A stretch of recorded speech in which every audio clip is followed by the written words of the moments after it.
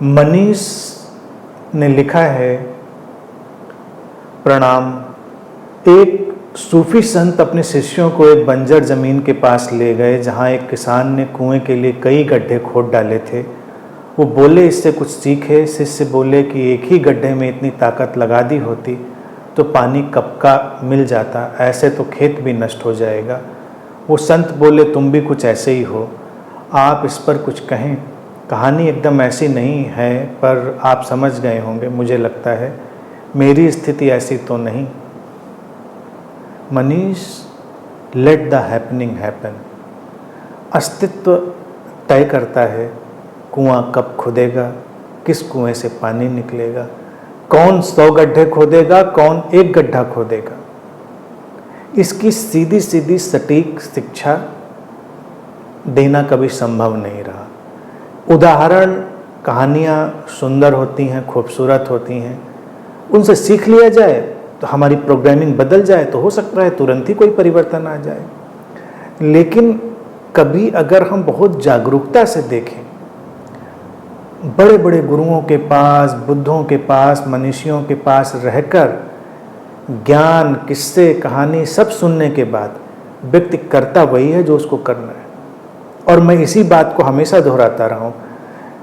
बुद्धा का वो पहला अभिव्यक्ति का जो धरातल उनके अंदर से आया कि भाई मैं क्यों कहूँ, जिसको नहीं समझना है वो नहीं समझेगा और जिसको समझना है वो मेरे बिना कहे भी समझ लेगा। तो क्या रखा है इस समझाने वगैरह में। फिर बुद्ध के अंदर से एक अंतर्दृष्टि आई, उनके अंतर्मन ने उनको पुकारा कि हाँ, कुछ लोग बीच में हो सकते हैं जिनको थोड़ा सा समझा दो तो शायद समझ जाएं, कहीं बीच में खड़े होंगे। तो सारी समझाने की बातें उन्हीं लोगों के लिए जो कहीं बीच में खड़े हैं, बाकी लोगों के लिए कुछ नहीं। जिसको 100 गड्ढे खोदने हैं वो खोद के मानेगा। उसको कितना भी समझा दो कि देखो एक ही जगह फोकस हो जाओ, एक ही जगह मेहनत करो, कुएं में पानी निकलेगा। वो भी अपने 10 तर्क ढूंढ के लाएगा और नहीं निकला तो एक ही कुएं में सारी मेहनत लगा दी हमने, पूरा जीवन जाया कर दिया और नहीं निकला तो क्या होगा। तो इससे अच्छा थोड़ा अल्टरनेटिव भी इंतजाम करेगा वो मानेगा नहीं। जिसको ये बात समझ में आ गई होगी वो फोकस होकर एक जगह अपना काम करेगा और फिर वहां नहीं निकला पानी तो अगली जगह तलाशेगा, अगली जगह तलाशेगा। अगर नहीं निकला तो निकल आया तो बात खत्म हो गई। लेकिन साइमल्टेनियसली एक साथ वो 10 जगह नहीं खोदेगा, 100 जगह नहीं खोदेगा। बात तो बिल्कुल सटीक। जीवन में कोई भी समझ का धरातल अगर हमको सक्रिय करना है तो हमको इसी दृष्टिकोण से चलना होता है। कहीं एक जगह पर अपना फोकस निर्मित करिए, अपनी जीवन ऊर्जा, जीवन शक्ति वहां डालिए। पहले करिए तो कोशिश पहले। जल्दबाजी में मत रहिए। जल्दबाजी में तो अच्छी चाय भी नहीं बनती किसी इंसान से। जल्दी जल्दी करो, जल्दी जल्दी पानी चढ़ाओ, पत्ती डालो, छानो, निकलो, तो कहाँ अच्छी बनेगी। अच्छी चाय बनाने के लिए भी थोड़ा वक्त लगता है, कुआं खोदने में भी वक्त लगता है, परिंदों को उड़ने में वक्त लगता है। जीवन में कुछ भी हो उसमें थोड़ा समय लगता है। तो इसीलिए जो थोड़ा धीरज है, धैर्य है, पेशेंस है, वो जरूरी चीज हो जाती है। आज हम लोग इंस्टेंट वर्ल्ड में हर चीज हमको इंस्टेंट चाहिए। तो इंस्टेंट चाहने वाले समाज में, समय में समस्या क्या खड़ी होती है कि, और ज्ञान के अगर संदर्भ में देखा जाए तो ये समस्या आजकल बहुत व्यापक है। व्यक्ति हर तरफ से इधर उधर से सब इकट्ठा करने की कोशिश करता है।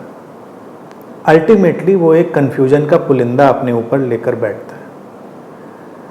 ज्ञान में भी कई लोगों को लगता है ना कि हम अच्छी अच्छी बातें हर जगह से ले लेते हैं। मधुमक्खी बन जाते हैं, वो पराग इकट्ठा करते हैं, यहाँ से इस फूल से पराग लिया, उस फूल से पराग लिया। अब मधुमक्खी वाली टेक्नोलॉजी तो उनके पास है नहीं कि अलग अलग जगह से पराग लेके उसको शहद में बदल लें। तो अगर उस तकनीक के बिना पराग इकट्ठा करेंगे तो पराग सड़ेगा। तो कई लोगों के माइंड के स्टोर हाउस में वो जो ज्ञान का पराग है वो सड़ रहा होता है, शहद नहीं बन रहा होता है, क्योंकि तुम मधुमक्खी तो हो नहीं, वो टेक्नोलॉजी तुमको पता नहीं।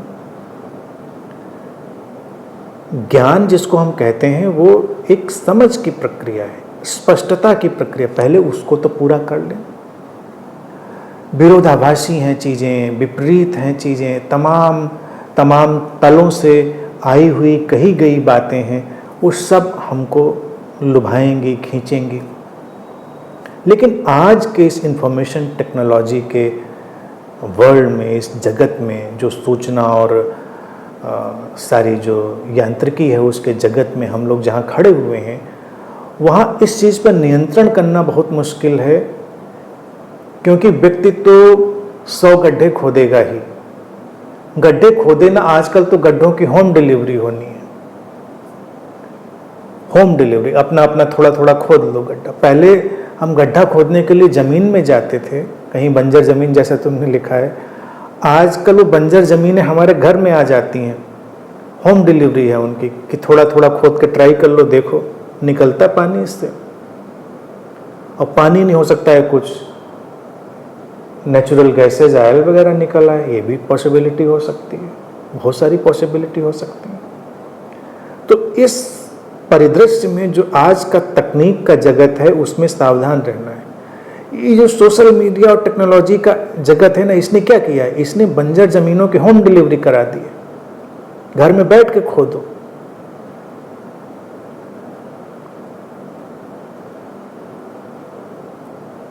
अब जिसको जो करना है वो करेगा, आपको तय करना है कि आपको क्या करना है। जैसे तुमने लिखा है कि मुझे लगता है मेरी स्थिति ऐसी तो नहीं, मैं ऐसे प्रश्नों का एक सीधा सटीक जवाब देता हूँ, ये किसी से पूछने की बात ही नहीं है। हम कहाँ हैं, हमारी स्थिति क्या है, ये हमको साफ साफ पता होता है।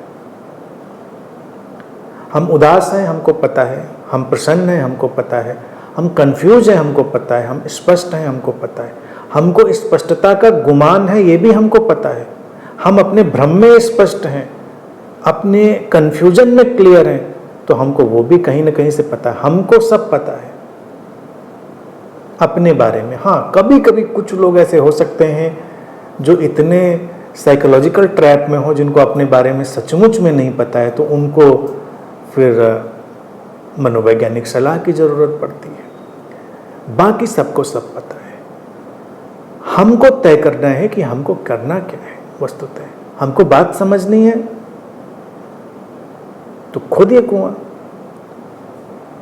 कुआं खोदना एक उदाहरण है, अपनी शक्ति, अपने समय का निवेश करना एक सिलसिलेवार ढंग से।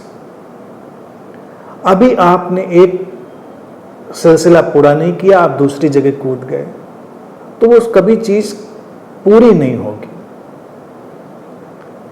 जीवन में एक डाल से दूसरी डाल पर कूदते रहने की कोशिश नहीं करनी चाहिए। लेकिन अब क्या करें, मनुष्य कूदेगा क्योंकि वो आया तो बंदरों से है,